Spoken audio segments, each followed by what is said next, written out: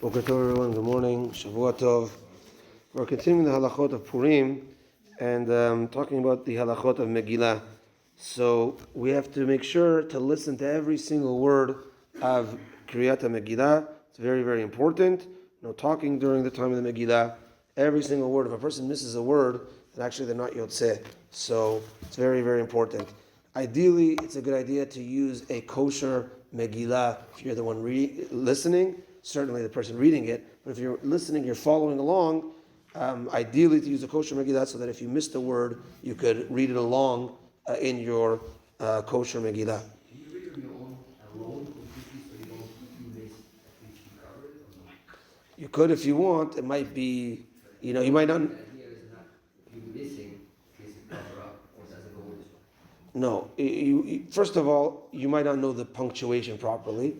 Okay, let's say you do, right? So then you want to do a b'minyan. Berov am hadar melech, one person does it, everybody listens. And so you're shomea ke'oneh. As when you listen, it's as if you read it. So therefore we have to listen carefully, and you'll get it. You'll be okay. But again, if, let's say, sometimes they do the banging for Haman, and the person doesn't realize, and then I missed that word right after the word Haman, and this and that, that's usually where it is. Or a person's talking, or doesn't pay attention, you missed it, so then you have the Megillah in front of you, you can read a couple words. That's what's going on. We know the minhag worldwide is to dress up on Purim. Now, number one, it's not an obligation. If let's say you didn't dress up, you dressed up as yourself, that's okay. But there's a minhag to dress up. The reason for the minhag is because when a person comes in and he's dressed as a gorilla, we know it's not a gorilla. It's Rabbi Azulai behind the scenes, right? We know that it's not, right? We know the person behind it.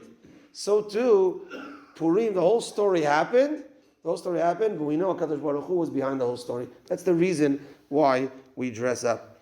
But we have to remember that the Avera of Lo Tilbash, the sin of a man dressing like a woman or a woman dressing like a man is still in place, and therefore on Purim you could dress up as other things, but don't dress up as a woman. A man should not dress up as a woman, or vice versa. Sometimes, if you dress up as things that are not, appropriate, then it shows that maybe I remember hearing a shiur when I was living in Israel, if you're going to dress up like a punk rocker, what does that show? It shows maybe you want to be like a punk rocker, you know what I mean? So dress up as things that are, okay, you know what I mean? Yeah, when I was a kid in school, everybody would dress up as Mordechai, as Mordechai Tzaddik, Esther Amalka. No, back in the day when it came to Purim, 60% of the girls dressed up as Esther Amalka, 60% of the boys dressed up as Mordechai. Right now, dress up. Trust me, I dress up too, right? But you want to also have that little taste of, am I dressing up like a punk rocker so that I could look like a punk rocker one day a year? What? Okay, next. If, let's say, last point, if a person doesn't have a Megillah, he's on a cruise, he didn't realize the date, he's on a cruise somewhere, there's no one reading the Megillah, he doesn't have a kosher Megillah with him. So, I know there was a guy once told me, he says, I was in the middle of nowhere, I listened to the Megillah on YouTube. Okay, better than nothing, right? You're not Yotzeh, but you're better than nothing. If you read it from your Chumash, you're not Yotzeh, but better than nothing. Okay, certainly. So now the question is, let's say a person says, okay, well, fine, I'm not hearing the Megillah. I'm in wherever I am. But maybe I can make the bracha of Shehecheyanu. Shehecheyanu applies to the whole day. There's the Megillah, there's the meal, I'm going to have a meal even though I'm wherever. Matanot levionim, I'm going to give money to the poor, I could transfer money to the needy. And Mishloach Manot, I'm with a friend here, I'll give him some food, Mishloach Manot. I could do the other mitzvot even though I don't have a Megillah.